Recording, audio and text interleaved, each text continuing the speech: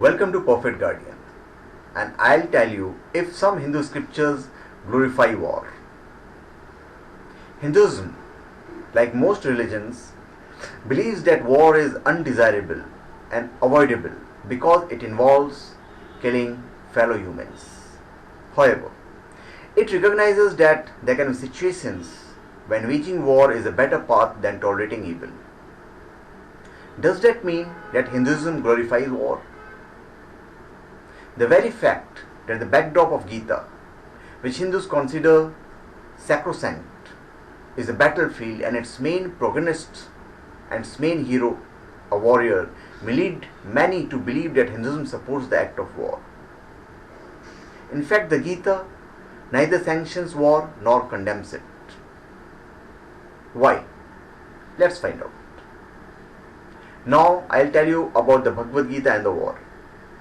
The story of Arjuna, the fabled woman of the Mahabharata, brings out Lord Krishna's view of war in the Gita. The great battle of Kurukshetra is about to begin.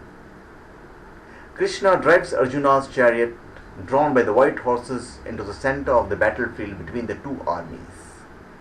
This is when Arjuna realizes that many of his kinsmen and old friends are among the ranks of the enemy and is appalled by the fact that he is about to kill those he loves. He is unable to stand there any longer, refuses to fight and says that he does not desire any subsequent victory, kingdom or happiness. Arjuna questions, how could we be happy by killing our own kinsmen, our own brothers, our own relatives, our own friends? Krishna, in order to persuade him to fight, reminds him that there is no such act as killing. He explains that the Atman or soul is the only reality. The body is simply an appearance.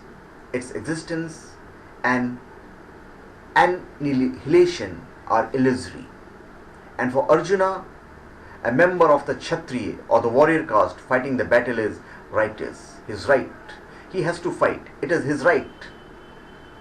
It is a just cause, and to defend it is his duty or dharma. If you are killed in the battle, you will ascend to heaven. On the contrary, if you win the war, you will enjoy the comforts of earthly kingdom. Therefore, get up and fight with determination, with equanimity towards happiness and sorrow, gain and loss, victory and defeat. Fight. This way, you will not incur any sin. Krishna's advice to Arjuna forms the rest of the Gita, at the end of which Arjuna is ready to go to war. This is also where karma, or the law of cause and effects, comes into play. Swami Pravananda interrupts this part of the Gita and comes up with his brilliant explanation. In the purely physical sphere of action, Arjuna is indeed no longer free agent. The act of war is upon him. It has evolved out of his previous actions. At any given moment in time, we are what we were, or we are what we are, and we have to accept the consequences of being ourselves. Only through his acceptance can we begin to evolve further. We may select the battleground, we cannot avoid the battle. Arjuna is bound to act, but is still free to make his choice between two different ways of performing the action. Ions before the Gita, the Rig Veda professed peace. Come together, talk together. Let our mind be in harmony. Common be our prayer, common be our end. Common be our purpose, common be our deliberations.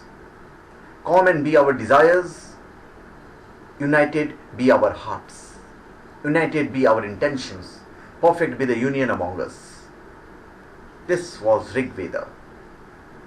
The Rig Veda also laid down the right conduct of war. Vedic rules maintain that it is unjust to strike someone from behind, cowardly to poison the tip of the arrow, and heinous to attack the sick or old, children and women. Now I'll talk about Gandhi and Ahimsa. The Hindu concept of non-violence or non-injury called ahimsa was successfully employed by Mahatma Gandhi as the mean to fight the oppressive British Raj in India in the early part of the last century. However, as historian and biographer Raj Mohan Gandhi points out, that we should also recognize that for Gandhi, ahimsa could coexist with some carefully understood acquiescence in the use of force. Like peace, war and Hinduism, Raj Mohan Gandhi goes on to say, if some Hindus claimed that the ancient epic, the Mahabharata, sanctioned and indeed glorified war, Gandhiji pointed to the empty stage which the epic ends, to the noble or ignoble killing of almost everyone of its vast cast of characters, as ultimate proof of the folly of revenge and violence. And to those who spoke, as many do today, of the naturalists of the war, Gandhi's reply, first expressed in 1909, was that war brutalizes men of naturally gentle character and that its path of glory is red with the blood of murder. But what's the bottom line? To sum up, war is justified only when it is meant to fight evil and injustice, not for the purpose of aggression or terrorizing people. According to Vedic injunctions, aggressors and terrorists are at once to be killed, and no sin is incurred by such annihilations. So thank you. Please subscribe to my channel Perfect Guardian and give your comments.